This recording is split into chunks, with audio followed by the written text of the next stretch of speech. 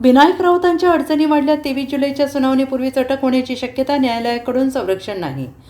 शिवसेना ठाकरे पक्षाचे नेते आणि माजी खासदार विनायक राऊत यांच्या अडचणीत मोठी वाढ झाली. त्यांची सून गिरिजा यांनी दाखल केलेल्या तक्रारीवरून विनायक राऊत आणि गिरीश राऊत यांच्या विरोधात गुन्हा दाखल करण्यात आलेला आहे. या प्रकरणी विनायक राऊत यांनी अटकपूर्व जामिनासाठी न्यायालयात अर्ज केला होता. मात्र या अर्जावर मुख्य सुनावणी होईपर्यंत त्यांना न्यायालयाकडून कोणतेही अंतरिम संरक्षण मिळालेलं नाही.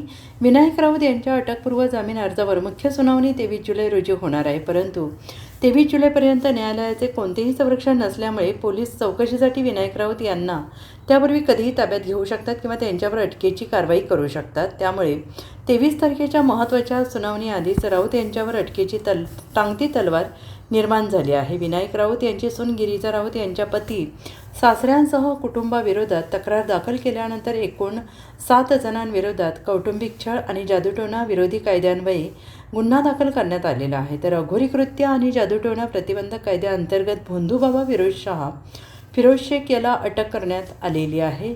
फिरोज शेखला कोठडीत आहे. तर अटकपूर्व जामिनावर मुख्य सुनावणी 23 जुलैला होणार असून 23 तारखेपर्यंत विनायक राऊत यांना न्यायालयाचे संरक्षण नसल्याची माहिती आहे. पती गितेश राऊत हे शारीरिक संबंध ठेवण्यास अक्षम असल्याने अघोरी उपाय केले गेल्याचा आरोप गिरिजा यांनी केलेला आहे. तर विनायक राऊत यांनी सर्व आरोप फेटाळून लावत सुनेने 12 कोटी रुपये मागितल्याचा आरोप केला आहे. Bureau report, SBN Marathi, Mumbai.